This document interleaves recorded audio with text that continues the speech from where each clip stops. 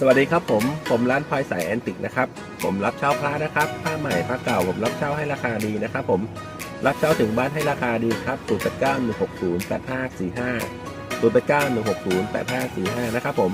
นะฮะพระใหม่นะครับพระกล่องนะครับผ้าเหรียญต่างๆที่เป็นพระใหม่นะครับขอเป็นจำนวนมากๆหน่อยนะครับผมถ้าเป็นพระใหม่นะครับผ้าเก่าก็ซื้อเป็นรายองค์นะครับนะฮะผ้าเก่าก็ให้ราคาดีผ้าใหม่ก็ให้ราคาดีนะครับผมรับเช่าถึงบ้านรับซื้อถึงบ้านนะครับผม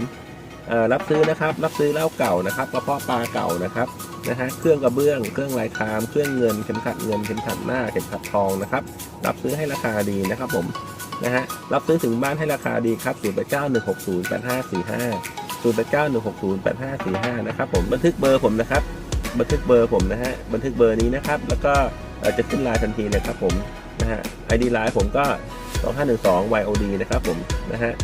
รับซื้อถึงบ้านให้ราคาดีครับใกล้ไกลที่ไหนผมก็ไปนะครับนะฮะเพียงแต่ส่งรูปมาทางไลน์ให้ผมดูก่อนนะครับว่าเป็นพระอะไรนะครับผมนะฮะ0891608545บันทึกเบอร์นี้ก็จะขึ้นไลน์ทันทีครับผม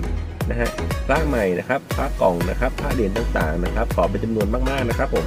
นะฮะผ้าใหม่ผ้าเก่าต่างๆผมรับซื้อให้ราคาดีนะครับพระเครื่องต่างๆนะฮะพระบูชาต่างๆนะครับรับเช่าถึงบ้านนะครับเหมาได้ทั้งพวกหมู่บูชาซื้อได้ทั้งห้องพระนะครับผม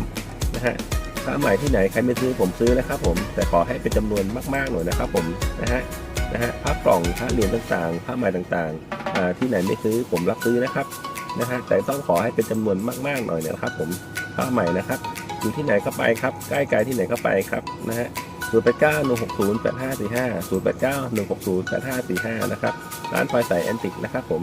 นะครับยินดีรับใช้และให้บริการนะครับโทรมาปรึกษากันก่อนก็ได้ครับผมนะฮะ0891608545นะครับผมขอบคุณนะครับสวัสดีครับ